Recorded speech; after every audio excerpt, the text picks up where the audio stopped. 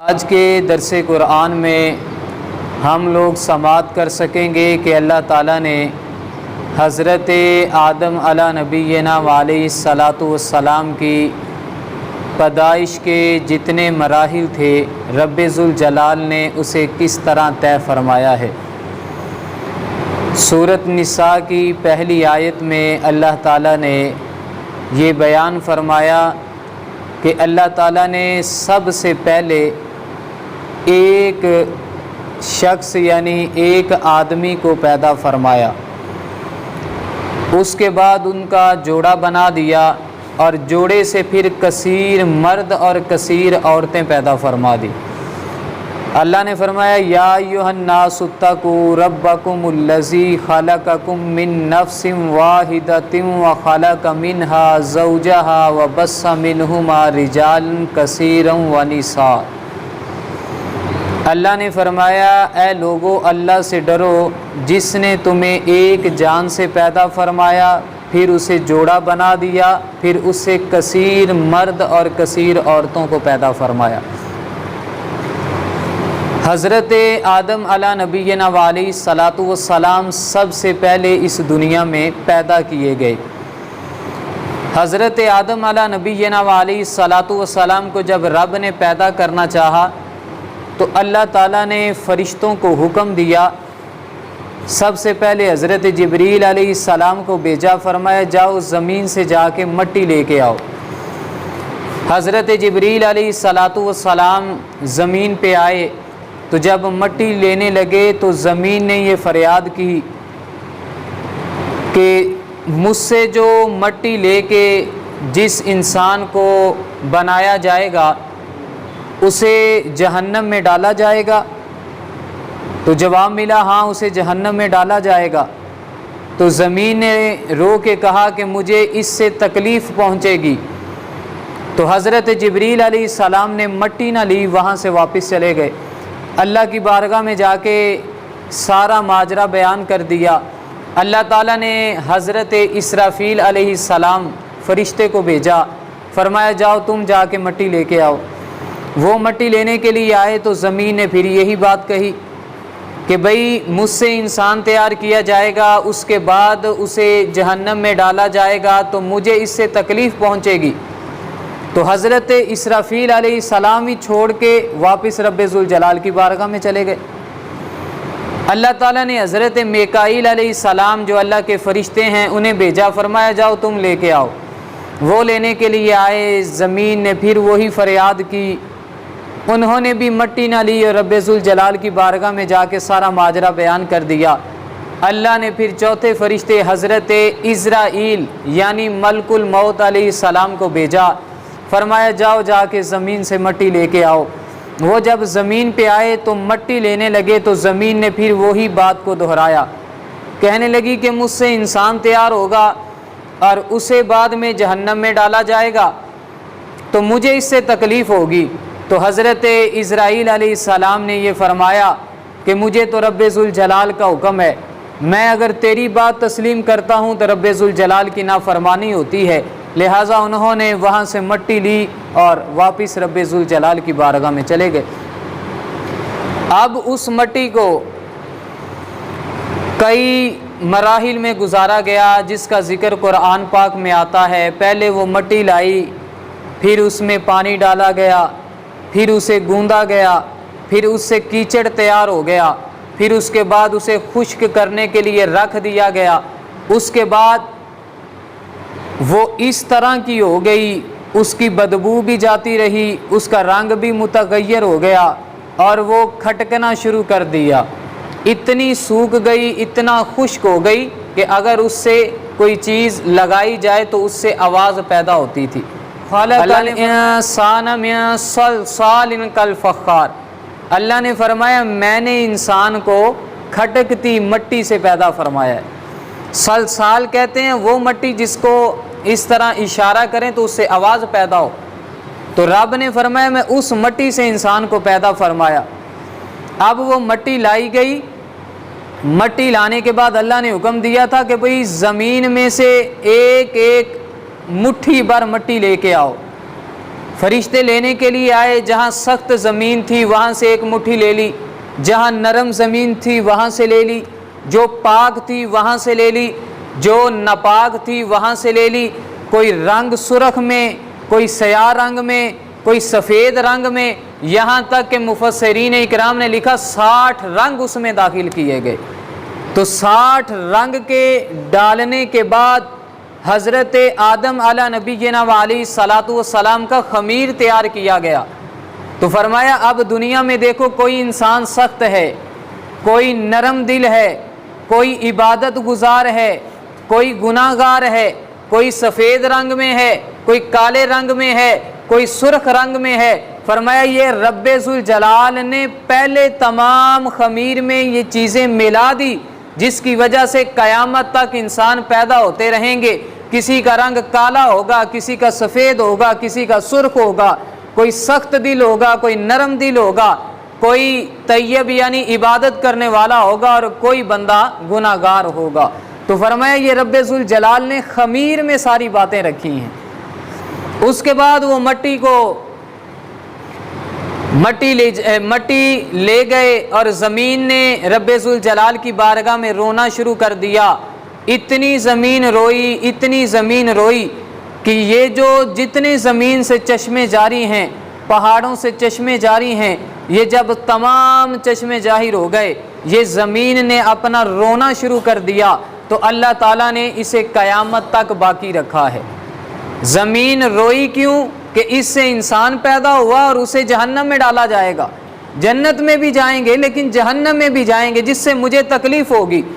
تو زمین نے رونا شروع کر دیا، اس سے پھر تمام ندییں، نالے اور اس طرح کے پہاڑوں سے پانی بہنا شروع ہو گیا۔ اللہ تعالیٰ نے اسے قیامت تک کے لیے باقی رکھا۔ اس کے بعد حکم دیا کہ اس مٹی کو لے جاؤ اور اس مٹی کو صفا مروہ کے قریب، یعنی جہاں خانہ کعبہ بننا ہے، جہاں مسجد حرام بننی ہے، جہاں کعبہ بننا ہے، طواف کیا جائے گا، فرمایا اس جگہ جا کے اس مٹی کو رکھ دو۔ اس مٹی کو وہاں پہ رکھا گیا، مختلف پانیوں سے اس مٹی کو دھویا گیا، اور اس کے بعد رب ذوالجلال نے اس پہ 40 بارشیں نازل فرمائی۔ ان میں سے 39 بارشیں جو تھی وہ ساری غم کی بارشیں تھیں، اور ایک بارش رب ذوالجلال نے خوشی کی اس کے اوپر طاری فرمائی۔ اس لیے انسان کی زندگی میں زیادہ غم ہے کہ اس وقت 39 بارشیں غم کی ہوئی اور ایک بارش رب ذوالجلال نے خوشی کی فرمائی۔ اب انسان کو خوشی کم ملتی ہے، غم زیادہ ملتے ہیں۔ وجہ کیا؟ کہ رب ذوالجلال نے اتنی دیر قبل فیصلہ فرما دیا ہے۔ حضرت آدم علیہ نبینا علیہ الصلاۃ والسلام کو جمعے کے دن پیدا فرمایا گیا، اور جس گھڑی حضرت آدم علیہ نبینا علیہ الصلاۃ والسلام کو پیدا فرمایا گیا، اس کے بارے میں ملتا ہے اگر کوئی انسان دعا کرے نا تو اللہ تعالیٰ جمعے کے دن اس گھڑی میں بندے کی دعا قبول فرما لیتا ہے۔ جب آپ کا خمیر تیار ہو گیا، آپ کا قالب بنا دیا گیا، اب روح ڈالنے کی باری تھی، تو فرشتوں نے آ کے دیکھا تو بڑا تعجب کیا کہ نہ ان کے جسم پہ اتنے بال ہیں، چہرہ بھی بڑا حسین بنایا گیا اور بڑا خوبصورت انسان نظر آتا ہے۔ تو فرشتوں نے بڑا تعجب کیا۔ شیطان بھی اس وقت تک مردود نہیں ہوا تھا، وہ بھی آیا، اس نے بھی آ کے دیکھا، کہا اندر سے تو بالکل یہ خالی ہے، اس کے اندر تو سوراخ ہیں۔ اللہ تعالیٰ نے انسان کے اندر 9 سوراخ پیدا فرمائے۔ اگر انسان گنتی کر کے دیکھے تو رب نے انسان کے جسم میں 9 سوراخوں کو پیدا فرمایا۔ اس کے بعد حضرت آدم علیہ نبینا علیہ الصلاۃ والسلام کا قد لمبائی میں 90 فٹ تک ہے، 90 فٹ تک قد پیدا فرمایا۔ چوڑائی میں 30 فٹ کا ذکر ملتا ہے کہ حضرت آدم علیہ نبینا علیہ الصلاۃ والسلام کو اس جسامت کے ساتھ پیدا فرمایا گیا۔ اب حضرت آدم علیہ نبینا علیہ الصلاۃ والسلام کا خمیر سے قالب بالکل تیار کر دیا گیا۔ اب روح ڈالنے کی باری آئی، تو اللہ تعالیٰ نے روح کو حکم دیا، فرمایا کہ جاؤ جا کے حضرت آدم علیہ نبینا علیہ الصلاۃ والسلام کے جسم میں داخل ہو جاؤ۔ روح آئی تو روح نے آ کے دیکھا تو ڈرنا شروع کر دیا، تو اللہ تعالیٰ نے نور محمدی آپ کی پیشانی میں رکھ دیا، تو وہ سارا قالب چمکنا شروع ہو گیا۔ روح نے پھر آپ کے جسم میں جانا شروع کر دیا، یہاں تک کہ جب سر سے چلی تھوڑا سا آگے بڑھی تو آپ کو چھینک آ گئی، جب زبان پہ پہنچی تو آپ نے عرض کی الحمدللہ۔ اللہ تعالیٰ نے اس چھینک کے جواب میں فرمایا یرحمک اللہ۔ آج ہم بھی اسی طرح جواب دیتے ہیں، اسی طرح روح چلتی گئی، جب آدھے جسم تک پہنچ گئی تو حضرت آدم علیہ نبینا علیہ الصلاۃ والسلام نے اٹھنے کی کوشش کی تو رب ذوالجلال نے فرمایا انسان کو جلد باز پیدا فرمایا گیا ہے۔ تو ابھی روح نیچے تک تو گئی نہیں تھی تو حضرت آدم علیہ نبینا علیہ الصلاۃ والسلام گر گئے۔ حضرت آدم علیہ نبینا علیہ الصلاۃ والسلام کے جب پورے جسم میں روح چلی گئی تو اللہ تعالیٰ نے فرمایا اے آدم اب فرشتوں کو سلام کرو۔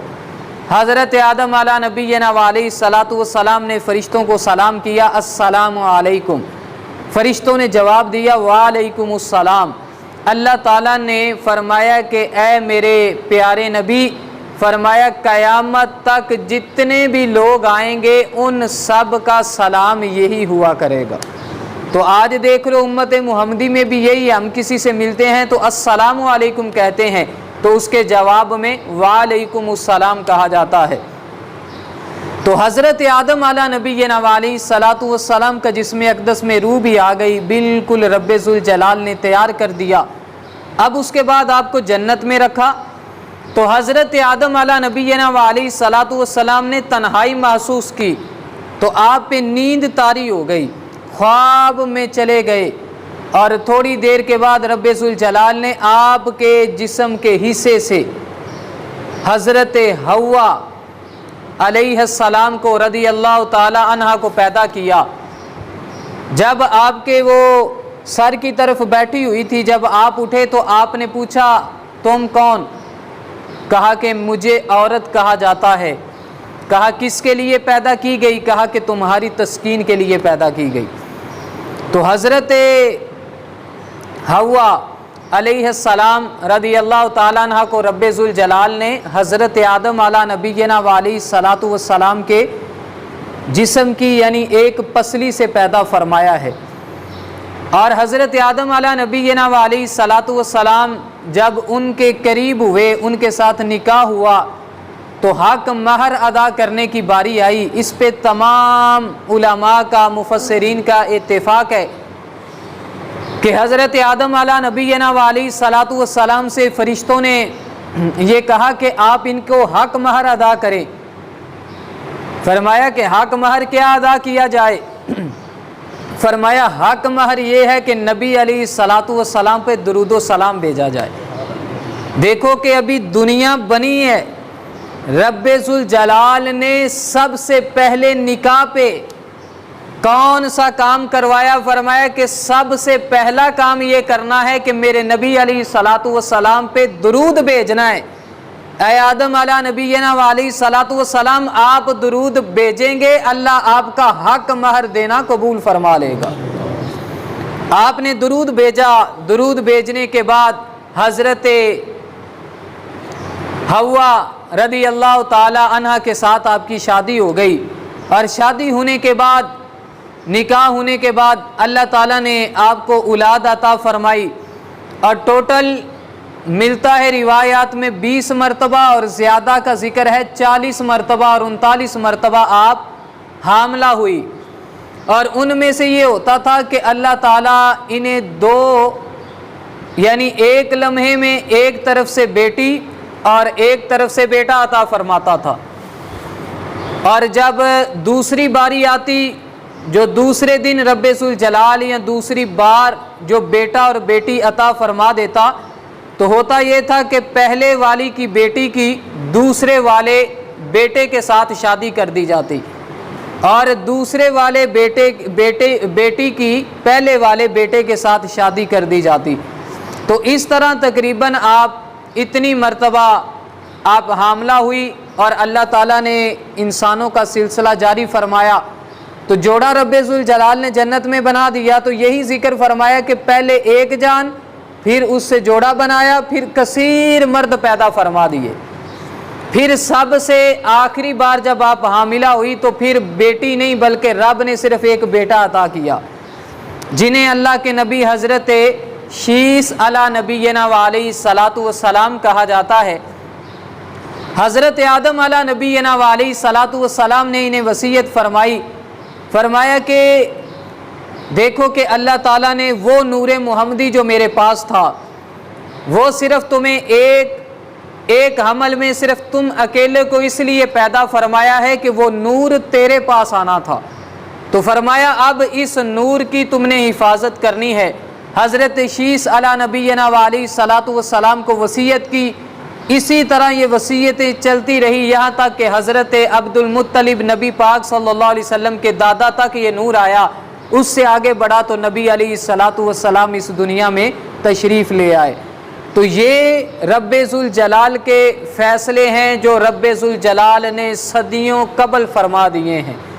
اور جب حضرت آدم علیہ نبینا علیہ الصلاۃ والسلام نے اس دنیا سے ظاہری وصال فرمایا، اس وقت ایک روایت کے مطابق پوری دنیا میں 40,000 انسان مرد عورتیں پیدا ہو چکی تھی، آپ کی حیات میں 40,000، اور ایک تفسیر کے مطابق 1,00,000 تک پیدا ہو چکے تھے۔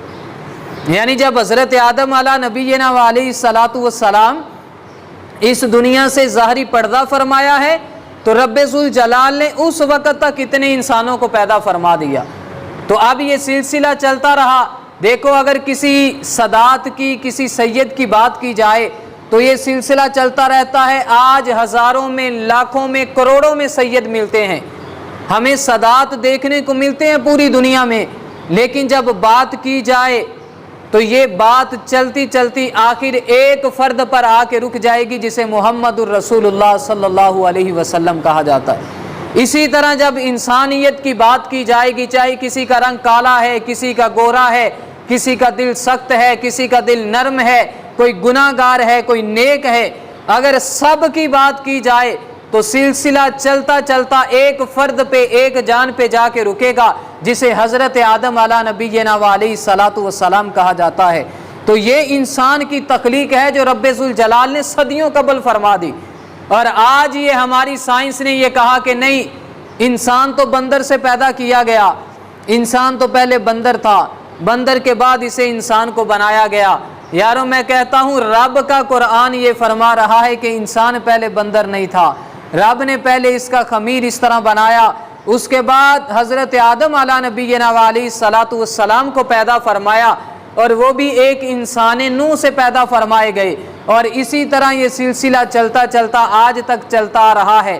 اور یہ جو نامعقول بات کی جاتی ہے کہ انسان کو بندر سے پیدا کیا گیا، ان سے سوال کیا جائے گا کہ دیکھو اتنے سال گزر گئے، اتنی سائنس نے ترقی کر لی، آج تک پھر دوبارہ کوئی انسان بندر کیوں نہیں بنا، اور یا کوئی دوبارہ پھر بندر سے پیدا کیوں نہیں کیا گیا؟ یہ تو سارے ہمارے گمان ہیں کہ انسان کو پہلے بندر سے پیدا کیا گیا، بلکہ رب ذوالجلال نے انسان کو ایک بڑی سونے طریقے سے پیدا فرمایا ہے، اور جس کی مثال حضرت آدم علیہ نبینا علیہ الصلاۃ والسلام ہے۔ رب نے ان کا ذکر فرمایا ایک جان کو پہلے پیدا فرمایا، اس سے پھر جوڑا بنایا، جوڑے سے فرمایا کثیر مرد اور عورتوں کو پیدا فرما دیا۔ تو دعا ہے کہ اللہ تعالی حضرت آدم علیہ نبینا علیہ الصلاۃ والسلام کی جو زندگی کے مراحل ہم نے سنے ہیں، اللہ تعالی سمجھ کے اپنے وہموں کو دور کرنے کی توفیق عطا فرمائے۔